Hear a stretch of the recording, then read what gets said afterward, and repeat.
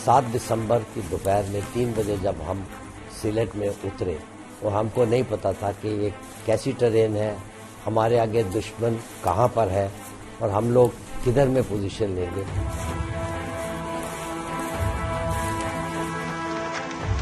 हमारी पलटन ने 8 से 10 किलोमीटर बॉर्डर को क्रॉस करके इन्फिल्ट्रेट करा, सूरमा नदी क्रॉस करी और दुश्मन के कम से कम 800 मीटर नजदीक जाकर हम बैठ गए और दुश्मन को इसकी भनक भी नहीं हुई।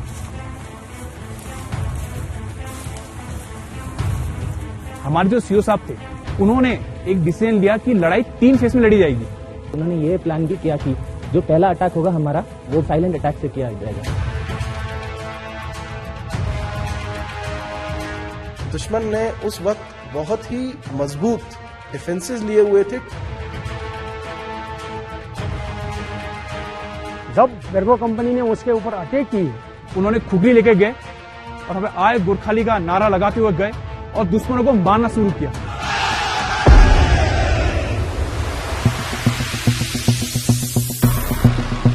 उनको ये बिल्कुल पता ही नहीं चला कि कौन आया और कहां से आया। उस वक्त खुखड़ी बहुत चलाया, काफी दुश्मन को हमने मार दिया खुखड़ी के। तो डर पैदा हुआ था पाकिस्तान में कि इनसे लड़ाई मत करना क्योंकि हमारा सिर निकलेगा।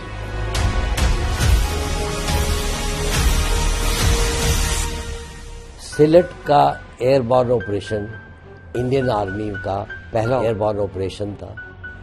9 दिन 9 रात हम दुश्मन के साथ लड़ाई कर रही थी। There was no reinforcement, there was no food, there was no water, there was reduced ammunition. इस ऑपरेशन में कुल मिलाकर दुश्मन के 3 कमांडर, 2 कमांडिंग ऑफिसर और 6000 से ज्यादा सैनिकों ने अपने हथियारों के साथ आत्मसमर्पण किया।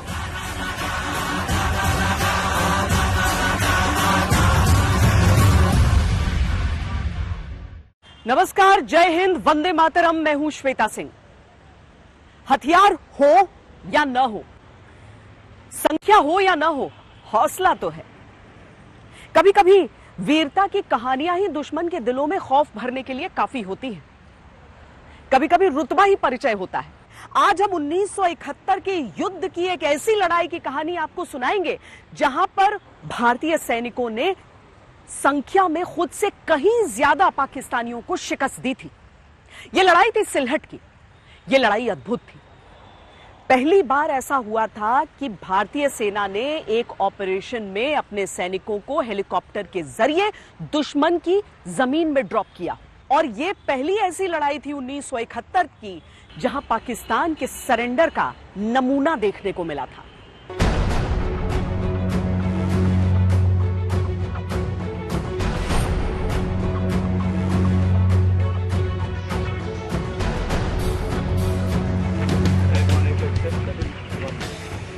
ये बात तब की है जब 1971 की लड़ाई शुरू नहीं हुई थी, लेकिन परिस्थितियां ऐसी बन रही थीं कि सेना का मिशन निर्धारित होना शुरू हो चुका था। Record and target uniform 4482. The refugees are still coming over and you have this enormous problem in India. How much longer can you sustain this? We can't sustain it now longer. It's now for some months. It really has been something that's water going higher and higher. What are you going to do about it? But something will have to be done.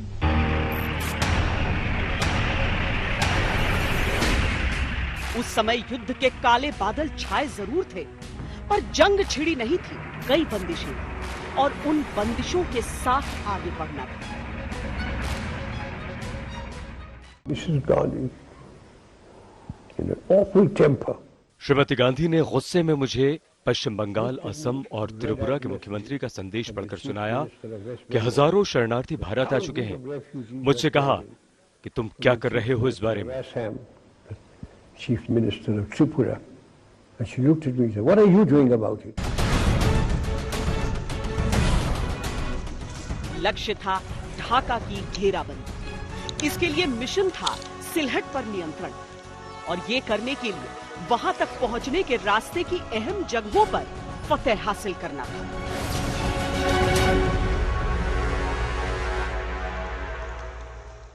It was important that two places, Atgram and Ghazipur, had to be eliminated before we could reach Sylhet.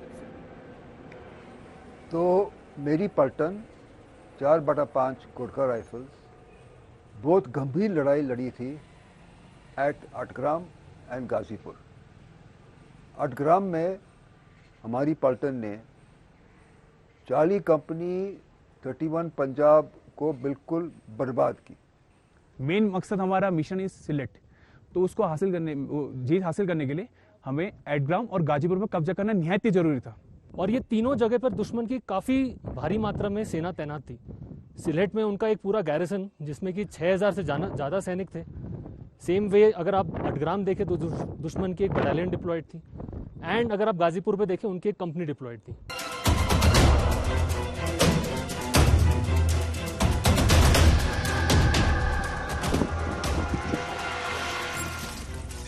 नवंबर के पहले हफ्ते में सेना की eastern कमान ने तय कर लिया था कि तत्कालीन पूर्वी पाकिस्तान से लगती सरहद को 10 मील तक यानी लगभग 16 किलोमीटर तक भेदा जाए,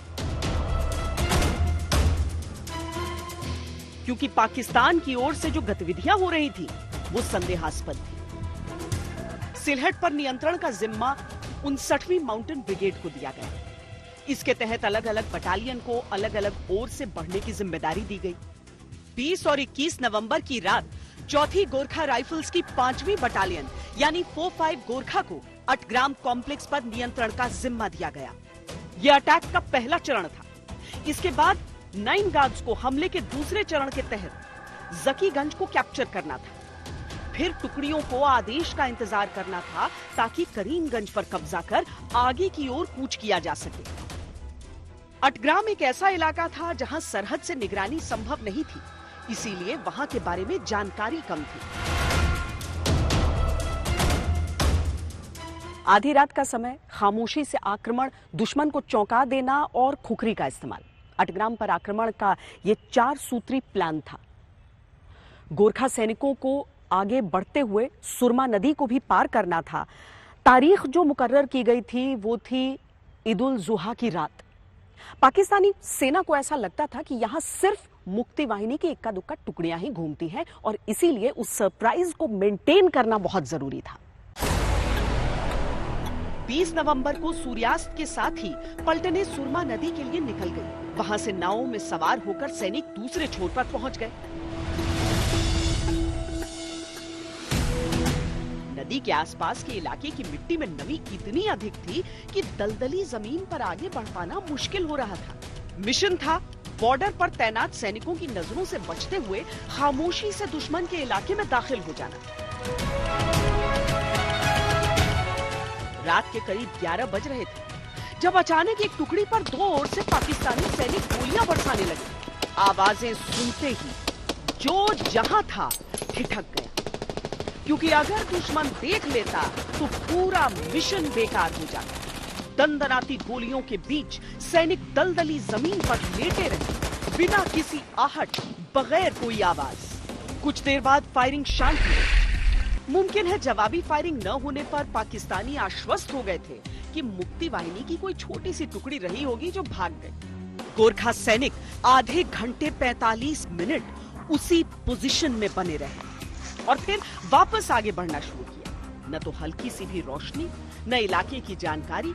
अंधेरे में आगे बढ़ते हुए ये समझना भी मुश्किल था कि अटग्राम पहुंचे हैं या नहीं।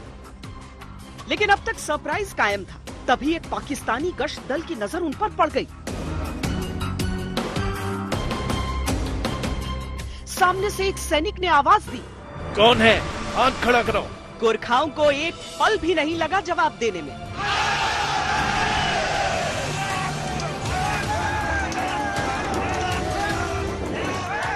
पाकिस्तान को कुछ देर के लिए समझ ही नहीं आया कि ये कैसे हो गया। वो मोर्चे से अंधाधुंध गोलियां बरसाने लगा, पर गोरखा सैनिकों की तो खुखरी ही काफी थी। पाकिस्तानी सैनिक गोरखा वीरता के आगे कट कट कर बिखर रहे थे। लड़ाई इतनी भीषण थी कि भारतीय सैनिकों ने पाकिस्तानी सेना के एक मेजर को गुत्थम गुत्था की लड़ाई में जान से मार दिया। पाकिस्तानियों के मन में गोरखा सैनिकों का ऐसा खौफ भर गया कि वो अपने हथियारों और बाकी साजो सामान को छोड़ छोड़ कर भाग गए।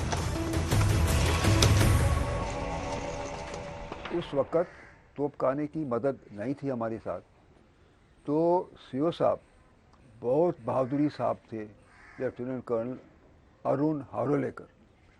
उसने विचार किया कि सरप्राइज अटैक करेंगे रात के टाइम में और खुखरी इस्तेमाल करेंगे।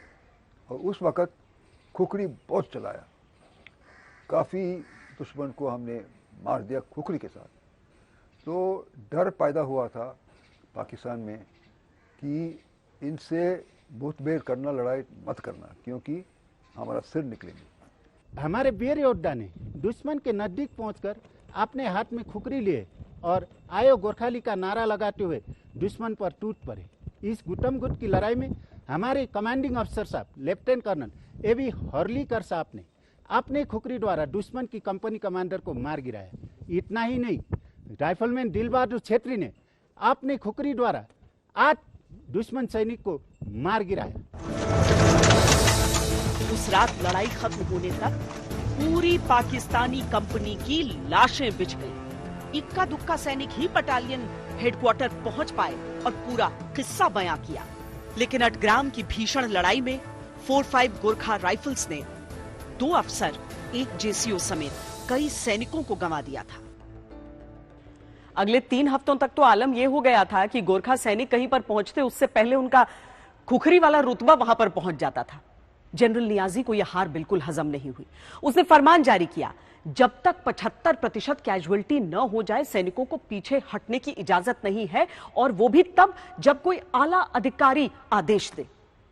आने वाले दिनों में यह नीति पाकिस्तान के लिए आत्मघाती होने वाली थी।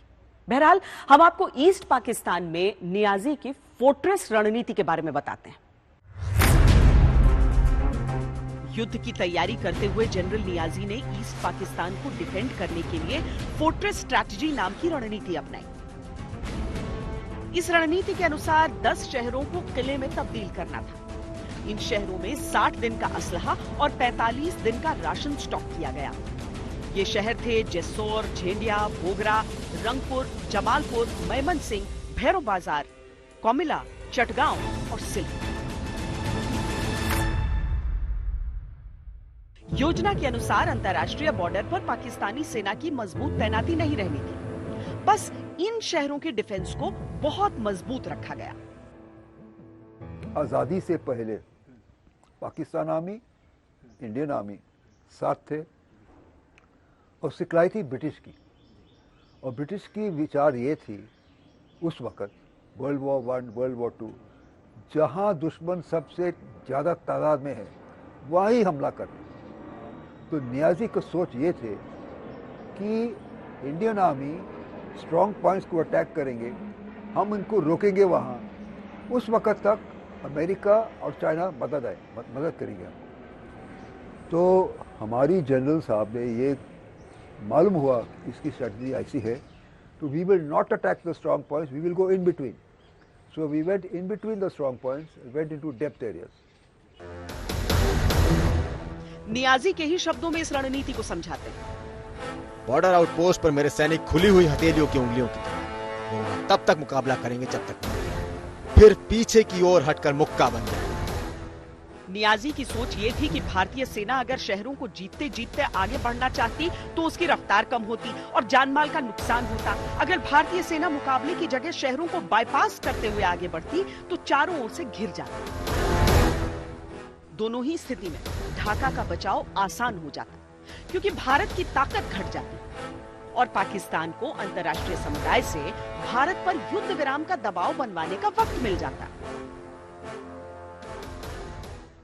सिलहट की ओर आगे बढ़ते हुए 4-5 गोरखास पर जिम्मेदारी थी गाजीपुर के भी कैप्चर की। अटग्राम की तरह यहां भी अपने पराक्रम का प्रदर्शन किया सैनिकों ने और कड़े संघर्ष के बाद गाजीपुर को कैप्चर कर लिया। लेकिन दो लड़ाइयों का नुकसान भी बड़ा था जो उठाना पड़ रहा था। 18 अफसरों के साथ शुरुआत की गई थी, अब बचे थे केवल 11, जिनमें 3 वीरगति को प्राप्त हो चुके थे और 4 बुरी तरीके से घायल थे। कमांडिंग ऑफिसर ने यह गुजारिश की कि कुछ दिनों के लिए समय दिया जाए, लेकिन चंद दिनों में ही सिलहट की ओर कूच करना था।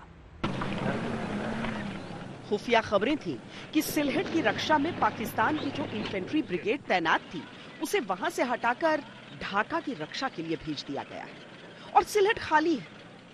ये तार्किक तो नहीं लग रहा था, पर निर्णय ले लिया गया था। उन लोगों ने एयर रिकॉनेसेंस करने के बाद में जब सिलहट से वापस आए तो उन्होंने बोला कि सिलहट खाली होगा और आप लोग वहाँ पर पहुँच के कब्जा कर लेंगे अपने ऑब्जेक्टिव के ऊपर और कोई तकलीफ नहीं होगा। ये एक पहले की सोच थी, लेकिन बाद में जब एयरबॉर्न ऑपरेशन शुरू होता है हालात बदली हो जाते हैं, दुश्मन की मूवमेंट डिफरेंट हो जाती है। प्लान के अनुसार ये एक SHBO यानी स्पेशल हेलीबोर्न ऑपरेशन होना था, जहां सैनिकों को दुश्मन के क्षेत्र में हेलीकॉप्टर के जरिए ड्रॉप करना था। भारत के तब तक के इतिहास में कभी ऐसा नहीं किया गया था। यहां तक कि सैनिकों के प्रशिक्षण में भी ये इससे पहले शामिल नहीं था। सोचिए, युद्ध के मैदान में ये कितनी बड़ी चुनौती थी।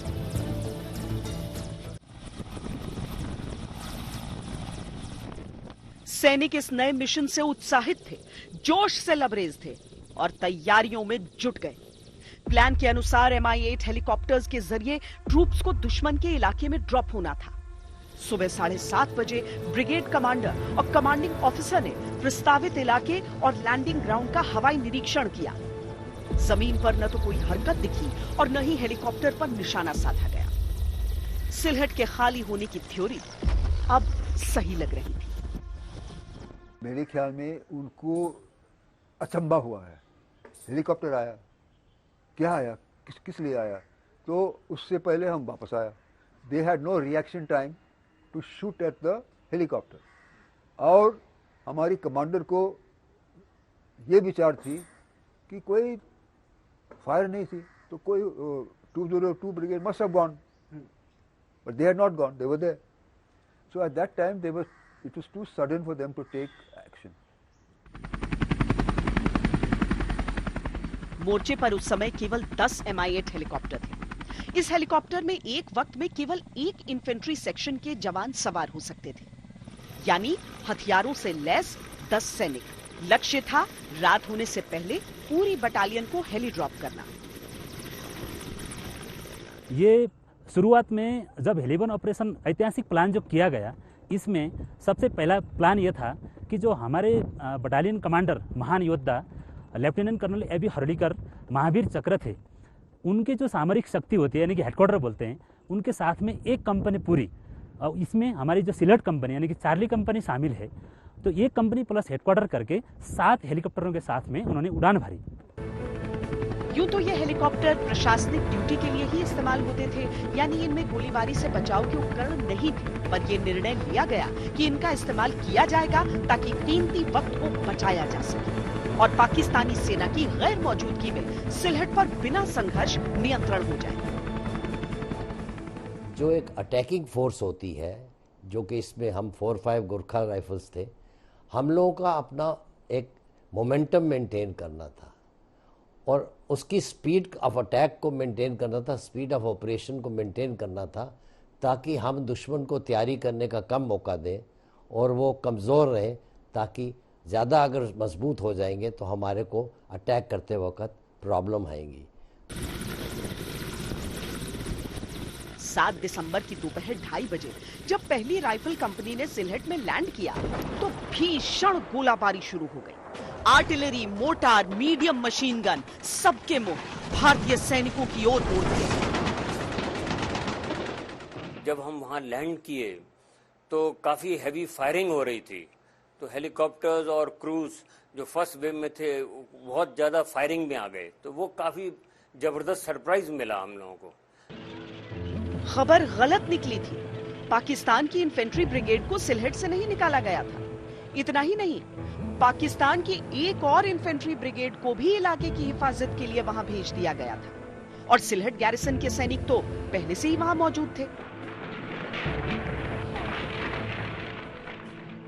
बड़ी मुश्किल से उस रोज 2 राइफल कंपनियों को सिलहट की लैंडिंग ग्राउंड पर उतारा गया, यानी हमारे लगभग 250 सैनिक और सामने मुकाबले में पाकिस्तान के कुछ नहीं तो 4000, एक के मुकाबले 16 दुश्मन। साथ ही ये इलाका भी तो दुश्मन का था। उस समय पाकिस्तानियों की सही संख्या का आकलन गोरखा सैनिकों के पास नहीं था, वो तो मुहैया जानकारी के अनुसार तैनात हुए थे। भारतीय एयरफोर्स के जांबाज पायलट इन परिस्थितियों को समझ रहे थे। रात भर जान की बाजी लगाकर वो उड़ान भरते रहे और 8 दिसंबर की सुबह तक 584 भारतीय सैनिकों को वो सिलहट में ड्रॉप कर चुके थे। हेलीकॉप्टरों पर भी ताबड़तोड़ फायरिंग चल रही थी। दुश्मन की पूरी कोशिश थी कि हेलीकॉप्टरों को मार गिराए, लेकिन भारतीय पायलटों का कौशल दुश्मन के मंसूबों पर भारी पड़ रहा था। गोलियों ने हेलीकॉप्टरों के ढांचे को तो भेद दिया, लेकिन शुक्र है कि आखिरी उड़ान तक कोई भी हादसा नहीं हुआ। फायरिंग हो रही थी ग्राउंड ट्रूप्स के द्वारा। रैकी एयरक्राफ्ट के बावजूद उन लोगों को कुछ जानकारी मिल गई थी कि हमारे यहाँ पर एक एयरबॉर्न ऑपरेशन होने वाला है, तो उन्होंने अपने ट्रूप्स उसके आसपास पोजीशन कर दिए थे और उन लोगों ने हम पे फायरिंग शुरू की। उसमें कुछ हेलीकॉप्टर वाले भी फायरिंग की जोन में आ गए और जो ट्रूप्स उतरे वो फर्स्ट वेव में सिर्फ 70-80 ट्रूप्स उतरे थे। फर्स्ट वेव के जो ट्रूप्स थे वो पूरी फायरिंग जोन में आ गए, तो वो उन्होंने उसको बचने के लिए एकदम लाइन पोजीशन, जैसे इन्फेंट्री ट्रेन थी तो 4-5 GR के गोरखा ट्रूप्स थे, उन्होंने लाइन पोजीशन ले ली। पूरब में अंधेरा जल्दी हो जाता है, ऊपर से दिसंबर का महीना। जहां जहां सैनिक ड्रॉप होते जा रहे थे वहां वहां वो डिफेंसेस जो हैं वो सिक्योर करते जा रहे थे, उन्हें बनाते जा रहे थे। लेकिन दुश्मन की तरफ से बमबारी इतनी जबरदस्त की जा रही थी मानो उसने ये सोच लिया हो कि उसी रात सभी सैनिकों को खत्म कर देना है।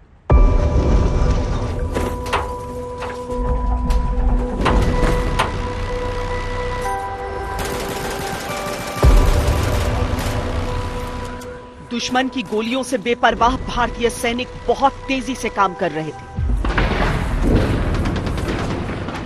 अपनी पोजीशन को लगातार मजबूत कर रहे थे, गश्ती दलों का गठन करके उन्हें आगे निकाल रहे थे। एम्बुश पार्टियां घात लगाकर उन इलाकों में तैनात हो गई थी जहां से पाकिस्तानियों के आने के आसार थे। 7 दिसंबर की दोपहर में 3 बजे जब हम सिलहट में उतरे, जो कि हमारे लिए एक अनजान इलाका था, और हमको नहीं पता था कि ये हम कहाँ हैं, कैसी ट्रेन है, हमारे आगे दुश्मन कहाँ पर है और हम लोग किधर में पोजीशन लेंगे। 8 दिसंबर पूरा दिन आग और बारूद का बवंडर उठता रहा। चूंकि यह भारतीय सेना का पहला हेलीबोर्न ऑपरेशन था, सैनिकों को इस आकलन के लिए भी कोई अनुभव नहीं था कि उन्हें कितना वजन ले जाना चाहिए।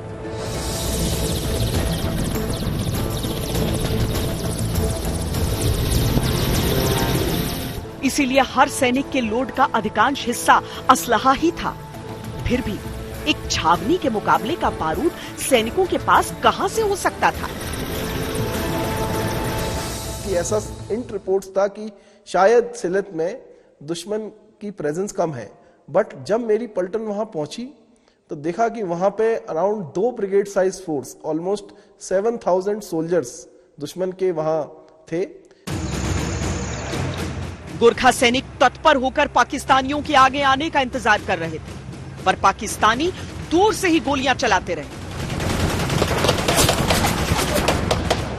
मुमकिन है अटग्राम और गाजीपुर में खुखरी वाले पराक्रम के किस्से गोरखाओं के आने से पहले ही पहुंच चुके थे।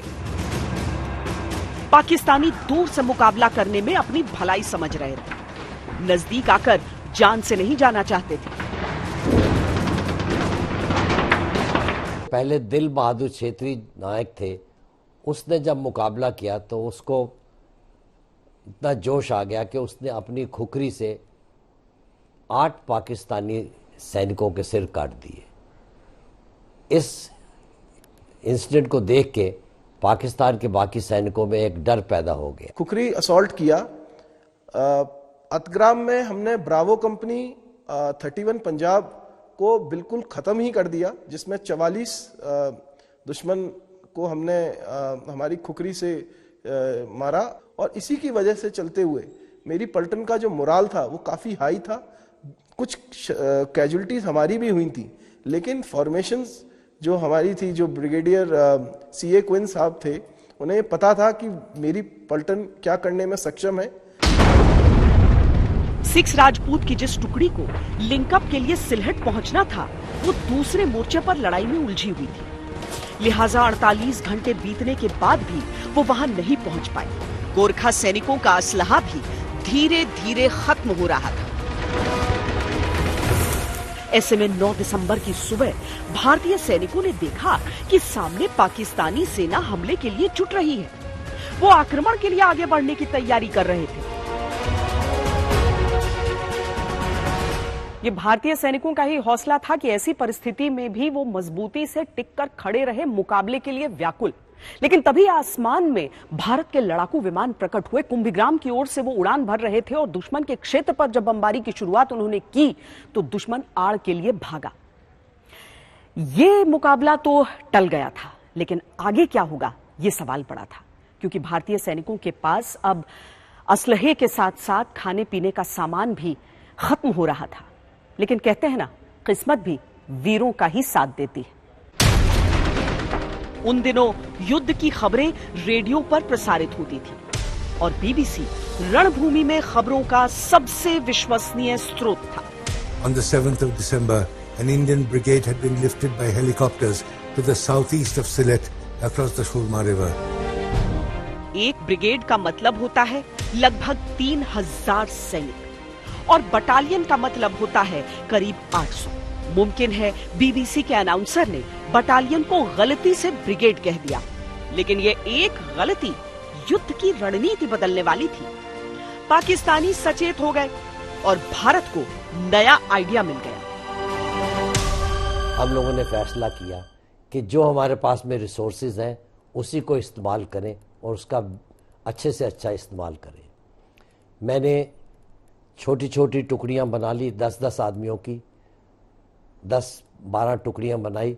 उनको 10 से 15 LMG दी और 2 MMG दी और उनको इलाका दे दिया कि आप ये जो 1000 गज का इलाका है उसको आप बराबर 250-300 गज में खुल के बैठ जाएंगे और अपनी LMG अपने साथ रखेंगे और फायरिंग नहीं करेंगे जब तक आपके ऊपर हमला नहीं आता, मजबूर नहीं होते।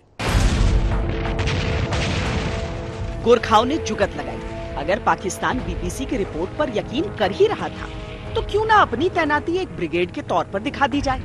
हाँ, इसमें कई खतरे थे। पहला ये कि 4-5 गोरखा अब पूरी बटालियन भी नहीं थे, यानी 800 से कम। दूसरा ये कि फैलाव बढ़ाने के लिए राइफल कंपनियों को दूर दूर रखना था। इससे बीच में गैप बन रहा था और ये खतरनाक था। हालांकि इससे बचाव के लिए बीच बीच में मशीन गन पोजीशंस तैनात कर दी गई। तीसरी मुश्किल ये थी कि दुश्मन अकेली पड़ी कंपनियों को आसानी से खत्म कर सकता था अगर उसे झूठ का पता चल जाए। इसमें रिस्क था, पर कमांडिंग ऑफिसर ने इस रिस्क को उठाने का निर्णय किया। वैसे भी गोरखा सैनिकों का डर से कोई रिश्ता ही नहीं होता। Gurkhas are very brave troops. उसकी बिलीफ है काफी हुनु बंदा रामरो मोरनो रामरो, काफी हुनु बंदा मोरनो रामरो। It is better to die than to be a coward. और इतनी मुश्किल थे उस वक्त कि खाना नहीं था, पीना नहीं था, रिड्यूस्ड एम्यूनिशन था, दुश्मन इतनी बड़ी तादाद में है, लेकिन बिल्कुल खामोश थे। They were not afraid at all. और जब हम गए थे सीओ साहब और मैं देखने के लिए कि इनकी मोराल कैसा है, वो अपना खुखरी को शार्प कर देते। क्या कर रहे हैं भाई साहब, एम्यूनिशन नहीं आएगा तो कोई बात नहीं, हम खुखरी इस्तेमाल करेंगे। They are so brave, they do not bother about death. नहीं, मन में अगर हम डर होने से क्या फौज में नहीं आना था, मन में डर नहीं है। जो जनरल फील्ड मार्शल मानेकशॉ साहब ने कहा है और जो जिसको मतलब डर नहीं है वो गोरखा है। एक गोरखाओं की बड़ी एक अच्छी खासियत है कि ये बहुत ही निडर और सीधा ऑर्डर्स को फॉलो करने वाले लोग हैं। ये कभी भी डाउट नहीं दिखाते। तो हमारे जो सीओ ने ये बोला कि मैं तुम्हारे साथ खुद आगे जाके खुखरी का हमला करूंगा तुम्हारे साथ, तो हमारे जवानों के अंदर भी इतना जोश आ गया कि ऑटोमेटिकली उन्होंने बस कुछ नहीं देखा, अपनी खुखरी पकड़ी और दुश्मन पे धावा बोल दिया। सोल्जर बोल रहा है कि वो मरने से नहीं डरता, या तो वो झूठ बोल रहा है या तो एक गोरखा है, क्योंकि सर गोरखा इतना ब्रेव, इतना स्ट्रांग होता है कि वो कभी भी हार नहीं मानता सर। और उनका जो किसी भी चीज में आप देखते हो, लड़ाई के दौरान या किसी भी चीज में, उनका हौसला इतना बुलंद रहता है कि वो हर जगह में डट के सामना करते हैं और आगे बढ़ने का उनका, वो हमेशा आगे बढ़ते हैं, वो कभी भी पीछे नहीं हटते, किसी भी चीज से वो पीछे नहीं हटते। पाकिस्तान के मन में शक बैठ चुका था। भारतीय सैनिकों की संख्या का सही अंदाजा लगाने के लिए दुश्मन अपनी पेट्रोल पार्टियां भेजने लगा, लेकिन गोरखाओं की पेट्रोल पार्टियां आक्रामक पेट्रोलिंग में जुट गई और आगे बढ़ते दुश्मन को वहीं रोक दिया करती। दिन के समय भारतीय वायुसेना के विमान रक्षात्मक उड़ान भरते थे। दुश्मन डर के मारे अपनी आर्टिलरी गन्स को छिपा देता था, पर रात के समय फाइटर्स उड़ान नहीं भर सकते थे। उस समय दुश्मन निशाना साध कर दनादन गोलाबारी करता था। सैनिकों का रसद अब बिल्कुल खत्म हो चुका था। वो आसपास के खाली पड़े घरों से थोड़े बहुत अनाज पर गुजारा कर रहे थे और कीचड़ भरे गड्ढों का पानी पीने को मजबूर थे। There was no food, there was no water, there was reduced ammunition. पानी थे तालाब में, गंदे पानी, हैंकीचेफ से हम उसको स्ट्रेन करने थे। खाना नहीं था, चावल थी झोपड़िया में, उसको थोड़ा इकट्ठा करके हमें खाना था।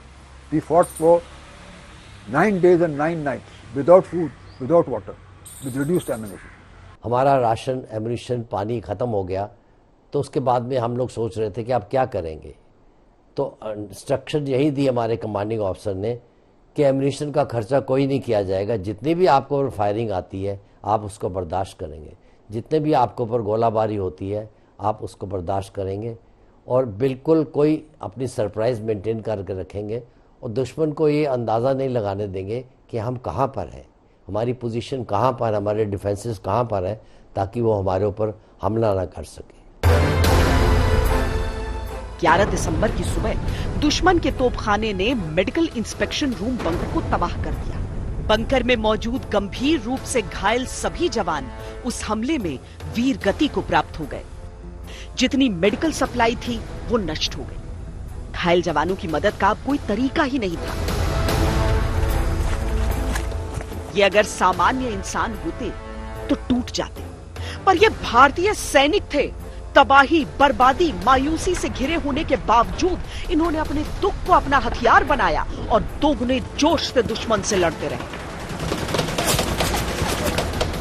देखने में गोरखा सैनिक बहुत ही सिंपल लगेगा, बहुत ही विनम्र लगेगा, लेकिन अगर उसको ये बताया जाए कि भाई हमारा टास्क ये है और अगर उसको अच्छी लीडरशिप मिले, तो मैं ये कह सकता हूं कि वो आज के दिन में किसी भी ऑपरेशन में सक्सेस पा सकते हैं। शहीद जवानों के पार्थिव शरीर को ले जाने के लिए कमांडिंग ऑफिसर ने मदद मांगी। अगले ही दिन MI-8 हेलीकॉप्टर्स वहां पर भेजे गए, लेकिन यहां पर भी पाकिस्तान गच्चा खा गया। उसे लगा भारतीय सेना को रीइंफोर्समेंट्स पहुंचाई जा रही हैं, जबकि हकीकत कुछ और थी।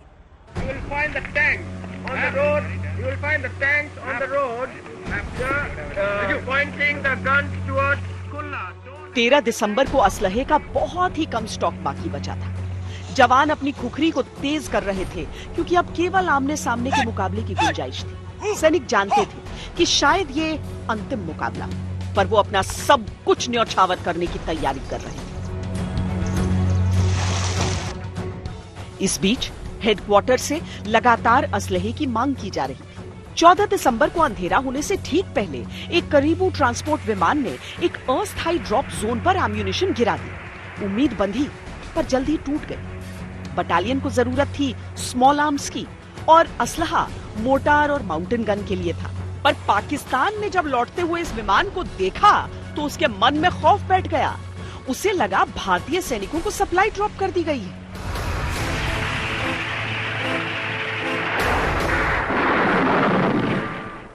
इस बीच ईस्ट पाकिस्तान के बाकी मोर्चों पर भी भारतीय सेना का शौर्य कायम था और नियाजी को सरेंडर करने की चेतावनी दे दी गई थी। On the 15th of December, Lieutenant General A.A.K. Niazi offered a ceasefire with conditions. The Chief of Army Staff summarily rejected the terms and demanded unconditional surrender. पाकिस्तानियों का हौसला टूट रहा था, इसीलिए 15 दिसंबर को उनकी तरफ से गोलाबारी नहीं की गई।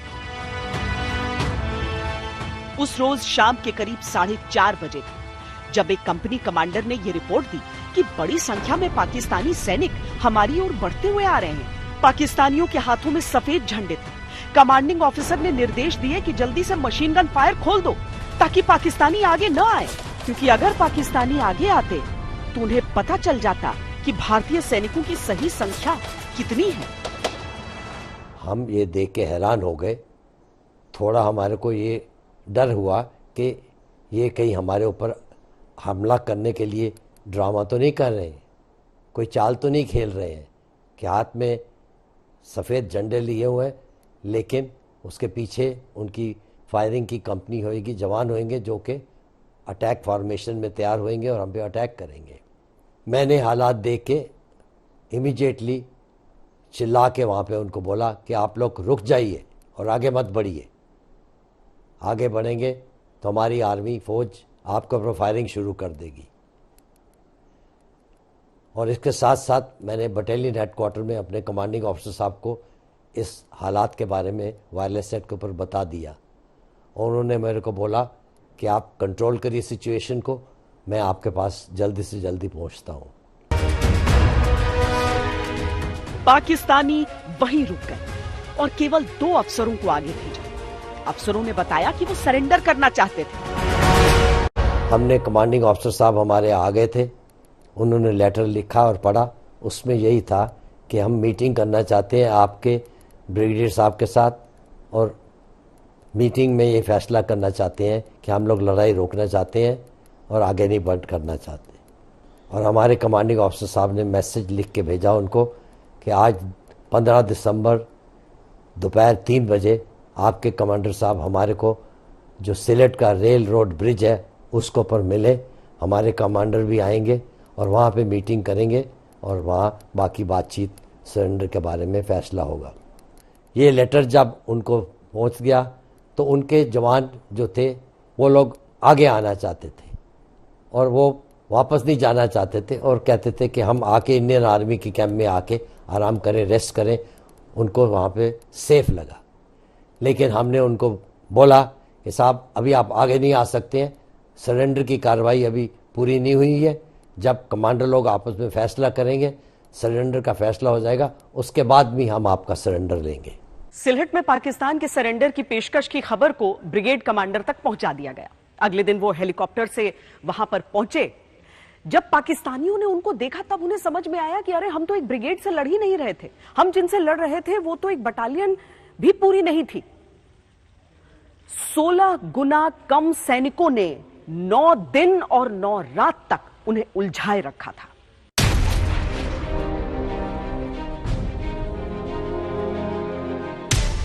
ये सरेंडर पाकिस्तान की ओर से दिया गया 1971 युद्ध का पहला सरेंडर था। पाकिस्तान की शर्मिंदगी 16 दिसंबर 1971 को सिलहट में सरेंडर करने वाले पाकिस्तानी सैनिकों की फहरिस्त से समझिए। इसमें शामिल थे 3 brigadier, 2 colonel, 173 officer, 290 junior commissioned officers यानी जेसीओज और 8000 सैनिक।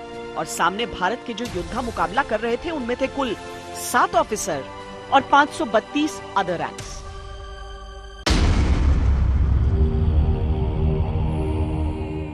नौ दिन तक एक बटालियन माइनस ने 2 ब्रिगेड को रोके रखा था। असलहे कम थे, हथियार कम थे, खाना पानी नहीं था। था तो केवल भारतीय सेना का वो जोश, जज्बा और जुनून जिसके आगे दुनिया की हर ताकत हार जाती है। इतनी संख्या में पाकिस्तानियों को सिलहट में उलझाए रखने का फायदा ये भी था कि दुश्मन के इतने सैनिक ढाका की रक्षा के लिए आगे नहीं बढ़ पाए। सिलहट में दिखाए गए पराक्रम के लिए 45 गुरखाज को बैटल ऑनर सिलहट से नवाजा गया। दरअसल ये एक संयुक्त प्रयास था जहां भारतीय वायुसेना की भूमिका भी बहुत बड़ी थी। इंडियन मिलिट्री एकेडमी में यह पढ़ाया जाता है कि रणभूमि से पहले कोई भी युद्ध दिमाग में हारा या जीता जाता है। यह लड़ाई उसकी एक बेहतरीन मिसाल थी। अभी के लिए इतना ही। अभिमन्यु शर्मा और कैमरा पर्सन सैयद मोहसिन और योगेंद्र सिंह के साथ मुझे दीजिए इजाजत। वंदे मातरम।